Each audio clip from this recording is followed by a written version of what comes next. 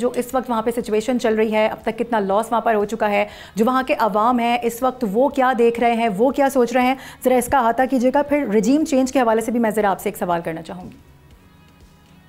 بسم اللہ الرحمن الرحیم. میں آپ کا شکریہ ادا کرتا ہوں، مجھے اپنے پروگرام کے ذریعے سے بات کرنے کا جو موقع مجھے ملا ہے. یہ اس وقت جب ہم بات کر رہے ہیں تھوڑی دیر پہلے سپریم لیڈر حضرت آیت اللہ خامنئی نے ایرانی عوام کی جو سینٹیمنٹس کی ترجمانی کرتے ہوئے انہوں نے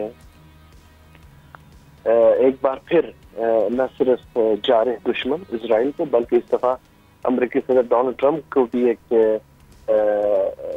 ٹیٹ فور ٹیٹ جسے میسج یا وارننگ انہوں نے دے دیا ہے، اور ان کو یہ واضح کر دیا کہ امریکہ کو معلوم ہونا چاہیے کہ ایران نہ پہلے نہ اب بھی نہ فیوچر میں سرنڈر کرنے کے لیے نہیں، بلکہ اپنے ٹیریٹوریل انٹیگریٹی اور اپنے عوام کی سلامتی کے دفاع کے لیے آخر تک اپنی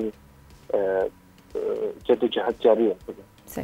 اس وقت جب ہم بات کر رہے ہیں ایرانی سرزمین پر حملے کرنے کے لیے جو اسرائیلی جو مقبوضہ علاقوں سے جو اسرائیلی ایئر بیسز استعمال کیے جاتے تھے، وہ یکی بر دیگری پاسداران انقلاب کی جو میزائل حملے ہیں ان سے ٹارگٹ کیا جا رہا ہے.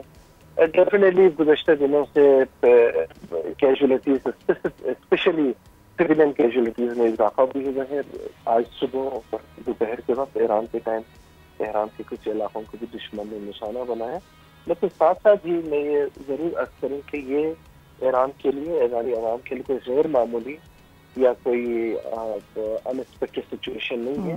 ایرانی قوم اس سے پہلے بھی ایسے کئی بڑے بحران سے بھی بڑے آسانی کا مطلب کہ مشکلات تو سہ ہیں، لیکن بڑی بہادری اور استقامت سے یہ عبور کیے ہیں اور اب بھی کریں گے انشاءاللہ.